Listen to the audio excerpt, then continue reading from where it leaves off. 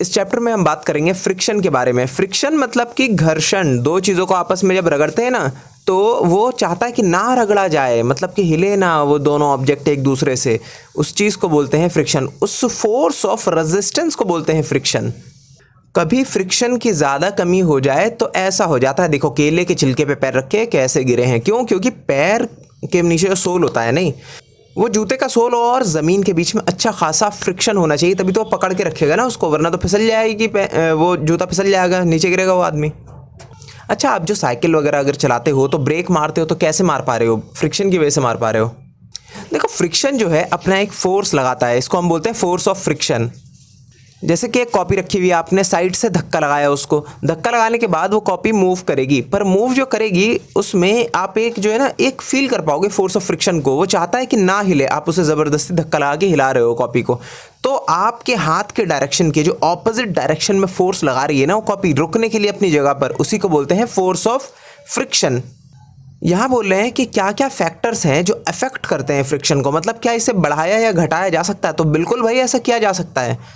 देख लो, ईंट है, ईंट पे धागा बांधकर खींचने की कोशिश कर रहे हैं और साथ में वेइंग मशीन लगा रखी है यहाँ पे, मतलब जितना यहाँ पे रीडिंग दिखाएगा उतना ज़्यादा आप समझ जाओ कि आपको फोर्स लगाने की ज़रूरत पड़ रही है उस ईंट को खींचने में। अब थोड़ी देर बाद आप जो है ना इसको तेल में थोड़ा सा नीचे तेल लगा देना, ठीक है, और उसके बाद खींचने की कोशिश करना है इस ईंट को, तो आसानी से खींच लोगे आप इस ईंट को। क्यों? क्योंकि इस ईंट और ज़मीन के बीच में जो फ्रिक्शन लग रहा था पहले ज़्यादा, अब वो कम हो गया है। अच्छा, इस वेइंग मशीन को हम स्प्रिंग बैलेंस भी बोलते हैं, नहीं, क्योंकि जितना ज़्यादा स्प्रिंग स्ट्रेच हो रही है आप समझ जाओ वो चीज़ उतनी ही ज़्यादा भारी है। अच्छा, एक और फ्रिक्शन का आप एग्जांपल देख सकते हो यहाँ पे, वैसे ये ना रोलिंग फ्रिक्शन का एग्जांपल दिखा रहे हैं।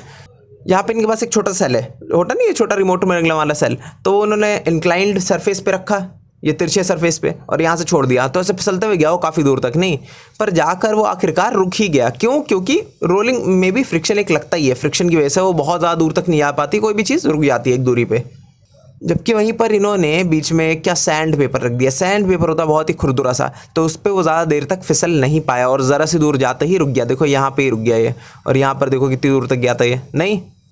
देखो बूझों के पास तो काफ़ी दिमाग है भाई, ये बोल रहा है कि ये जो सेल है ना, सेल जो बैटरी फिसला रहे हैं, इस बैटरी के ऊपर ही अगर मैं लेयर मतलब चिपका दूँ सैंड पेपर को साइड में, तो वो भी बहुत ज़्यादा हाई फ्रिक्शन ऐसे मतलब लगाएगा हर जगह पे। तो जवाब है हाँ भाई बिल्कुल, अगर सैंड पेपर उस पर लगा दोगे तो फिसलाओगे उस सेल को, तो फिसलेगा ही नहीं वो सही से। अच्छा, अगर आप जूम इन करके देखो बिल्कुल अच्छे से, तो आप देखोगे कि ये जो सरफेस है ना, ये लकड़ी की सरफेस, और ये जो आपकी कॉपी है, ये बिल्कुल स्मूथ नहीं है, ये आपकी है रफ, और जितनी ज़्यादा रफ सरफेस होती है वहाँ पे उतनी ही ज़्यादा फ्रिक्शन भी लगती है। मतलब जूम कर देखोगे तो कुछ ऐसा दिखाई देगा आपको, उबड़ खाबड़ टाइप का, और उबड़ खाबड़ कोई चीज़ है तो बहुत ज़्यादा दिक्कत होगी उसको एक दूसरे के ऊपर चलाने में। अच्छा, एक और फैक्टर है, बोलते हैं कि ये देखो ये भारी सा ऑब्जेक्ट है, इस पर लगाए पड़ा है जोर, नहीं, पर क्या हिला पाएगा? शायद हिला ले, पर मुश्किल ही चांस है। वो इसलिए क्योंकि इसका वेट बहुत ज़्यादा है, जिसका वेट बहुत ज़्यादा होगा वो ज़्यादा फ्रिक्शन से आपको रोक सकता है, आपके लगाए हुए ताकत को रोक सकता है वो ज़्यादा फ्रिक्शन लगा के। जबकि हल्के ऑब्जेक्ट्स वो फ्रिक्शन लगाने की कोशिश भी करेगा तो इतना नहीं लगा पाएगा, आप उसे धक्का मार के आगे कर दोगे।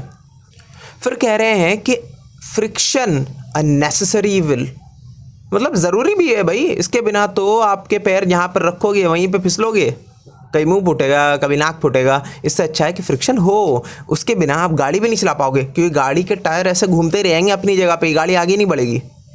टायर और ज़मीन के बीच में फ्रिक्शन तो होना चाहिए ना, और भी बहुत सारे इसके यूजेज हैं। तो ऐसा नहीं कि बिल्कुल ही हमारे लिए नुकसान ही करता है कि भाई हम अपना सामान नहीं हिला पा रहे ज़्यादा अच्छे से, तो तब बुरी चीज़ है फ्रिक्शन, नहीं, ऐसा बिल्कुल नहीं है। अच्छा देखो, यहाँ पर ये जो जोर लगा रहा था ना, एक काम कर लेता तो ये आराम से धक्का लगा सकता था, पता है क्या, नीचे पहिए लगाया था इसमें, तो ये नॉर्मल जो स्लाइडिंग फ्रिक्शन है ये इनकी कन्वर्ट हो जाती है रोलिंग फ्रिक्शन में, और रोलिंग फ्रिक्शन बहुत कम होती है पता है नॉर्मल फ्रिक्शन से, ये हम आगे देखेंगे भी। अच्छा, पता है क्या, कील जो है, कील आप ठोकते हो तो क्यों वो टिका रहता है अपनी जगह पर? आप कभी हथौड़े से कील ठोक के देखना दीवार में, और उसके बाद उसे हाथ से निकालने की कोशिश करना, नहीं निकाल पाओगे। तो ये कील जो आपने ठोक ठोक के अंदर डाल दी है, वो फ्रिक्शन की वजह से इतनी ज़ोर से पकड़ रखा है उस दीवार की सतह ने उसको, कि वो निकलने नहीं देना चाह रहा है उस कील को, इसलिए वो कील वहाँ पे टिकी रहती है। तो देखो कितना ज़्यादा यूज़फुल है फ्रिक्शन।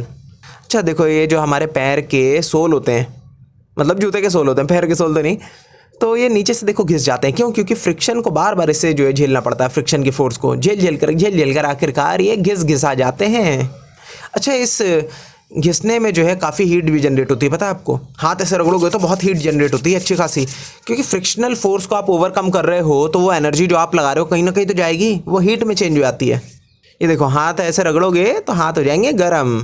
अच्छा, मैच बॉक्स जो है जलाने में क्या आप देख सकते हो कि हम इस तरीके से, वो फ्रिक्शन वाली सरफेस होती है बहुत ज़्यादा दोनों की, नहीं, और उसको ऐसे घिसते हैं तो इतनी एनर्जी निकलती है कि वो माचिस की तीली जल जाए। वैसे माचिस की तीली के ऊपर की जो बारूद की लेयर होती है, बारूद तो नहीं बोलना चाहिए, वो जो आपका पाउडर होता है ना, फॉस्फोरस का पाउडर, वो जल जाता है।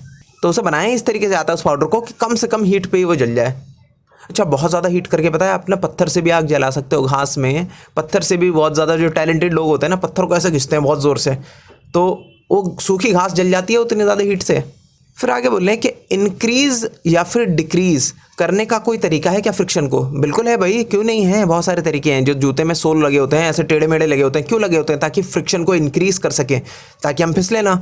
वैसे ही देखो, ये ट्रैक्टर का ये जो टायर है या फिर किसी भी गाड़ी का टायर है, उसे जानबूझ के उसके जो ऊपर की लेयर है उसे ऐसे टेढ़ा मेढ़ा बनाया जाता है, बीच में छेद बनाए जाते हैं, ऊपर से उभरी सतह बनाई जाती है। क्यों? ताकि वो पकड़ बना के चले ज़मीन के ऊपर, फ्रिक्शन बहुत हाई हो, ये आपके जो है गड्ढे के अंदर फंसे ना, मिट्टी के ऊपर भी आराम से चले, ऐसा नहीं कि फिसलने लगे मिट्टी के ऊपर।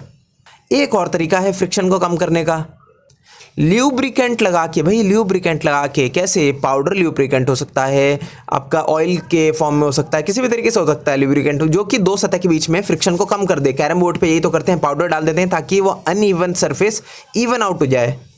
Substances which reduce friction are called lubricants.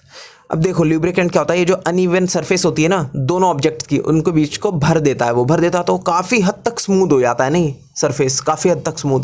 तो आपका स्ट्राइकर बिल्कुल एक बार मारोगे तो 2-3 बार वो टप्पे खाएगा, समझ गए? बोलने क्या आप पॉलिश कर करके या फिर ल्यूब्रिकेंट लगा लगा कर किसी चीज़ के फ्रिक्शन को जीरो कर सकते हो? तो आप नहीं भाई, कभी नहीं कर पाओगे। कितना ज़्यादा उसे इवन कर सकते हो भाई? नहीं कर सकते, कुछ ना कुछ अनइवननेस रह ही जाएगी। तो friction can never be zero, और ये बात इसने समझा दी इसे। फिर बोल रहे हैं कि व्हील्स जो है रिड्यूस कर देते हैं फ्रिक्शन को। तो जवाब है बिल्कुल ठीक। ये देखो, या क्या पता इसके अंदर 10-15 किलो और ये नहीं उठा पाए उस चीज़ को, या फिर नहीं खींच पाए उस चीज़ को, पर पहिया लगाते ही आराम से एक ही हाथ से खींचते हुए ले आ रहा है। अच्छा, इस लगेज का साइज़ कुछ ज़्यादा ही छोटा नहीं लग रहा है, ये स्कूल जा रहा है क्या? अब देखो, अच्छा, इस तरह की फ्रिक्शन को हम बोलते हैं रोलिंग फ्रिक्शन, लिख रखा है यहाँ पे देखो। और जो नॉर्मल अभी तक हम फ्रिक्शन देख रहे थे ना, ऐसे सड़काने वाला कि धक्का लगाओ ऐसे घिसटते हुए ले जाओ, उसको बोलते हैं हम स्लाइडिंग फ्रिक्शन। अच्छा, लिमिटिंग फ्रिक्शन और स्टैटिक फ्रिक्शन नाम की भी एक चीज़ होती है, वैसे आपके सिलेबस में तो नहीं है तो मैं ऐसे ही बता देता हूँ आपको। लिमिटिंग फ्रिक्शन, जो किसी भी चीज़ के अंदर फ्रिक्शन तो लगी रहा है क्योंकि वो हिल रही है अपनी जगह से, है नहीं, समझ लो। मान लो कि एक इंक्लाइंड सरफेस है, उसके ऊपर आपने एक ऑब्जेक्ट रख दिया और वो नहीं फिसल रहा नीचे, उस टाइम पर खड़ा हुआ है वहाँ पर, तो कोई ना कोई फोर्स है जो वहाँ पर उसे टिकाई हुई है, वो है आपकी फ्रिक्शन। उस फ्रिक्शन को आप बोलते हो स्टैटिक फ्रिक्शन। जब उसे बहुत ज़्यादा ऐसे घुमा दोगे सरफेस को आप कि अब वो गिरे फिसल कर, तो फिसलने से जस्ट पहले जितना आप घुमा चुके होगे वहाँ पर, तो वहाँ पर अपनी वो मैक्सिमम फोर्स लगा रहा होगा फ्रिक्शन की कि नहीं इसे टिका कर रखना है। उसके बाद उसके अंदर दम नहीं बचा के टिका कर रखने का उस ऑब्जेक्ट को उस सरफेस के ऊपर, तो उस मैक्सिमम फोर्स को हम बोल देते हैं लिमिटिंग फ्रिक्शन। और उसके बाद तो वो फिर फिसल ही आता है, फिसलने के बाद उस पर लग रही होती है स्लाइडिंग फ्रिक्शन। तो ये बस मैंने सोचा कि बता दूं आपको।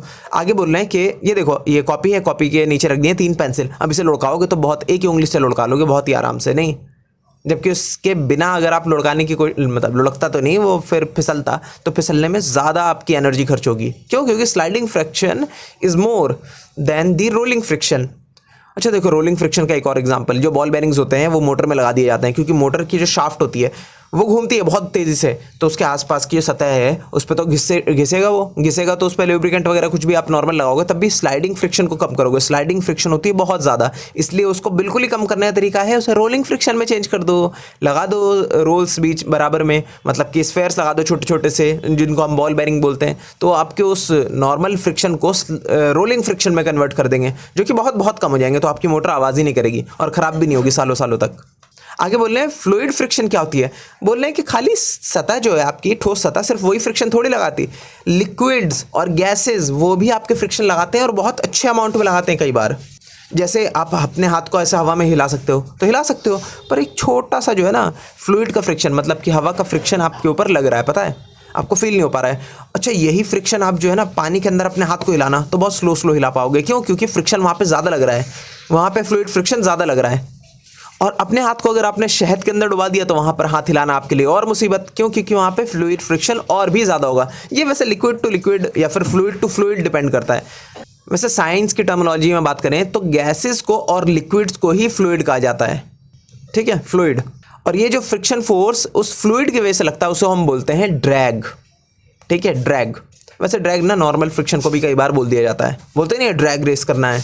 अच्छा, ये जो फ्लूइड फ्रिक्शन है जो हवा की वजह से लग रहा है या फिर पानी की वजह से लग रहा है, इसको कम करने का तरीका होता है कि अपने जो है ना बॉडी को स्ट्रीमलाइन बना दो या फिर एरोडायनेमिक बना दो। जैसे कि प्लेन्स इस तरीके से बने कि हवा को चीरते हुए निकले, नहीं एरोडायनेमिक होते हैं बहुत ज़्यादा। और ये पंछी भी एरोडायनेमिक होते हैं कि हवा से टकराएं ज़्यादा ना, हवा को ऐसे साइड से काटते हुए निकले। अच्छा, इतना चैप्टर में बहुत ही सिंपल सा चैप्टर था।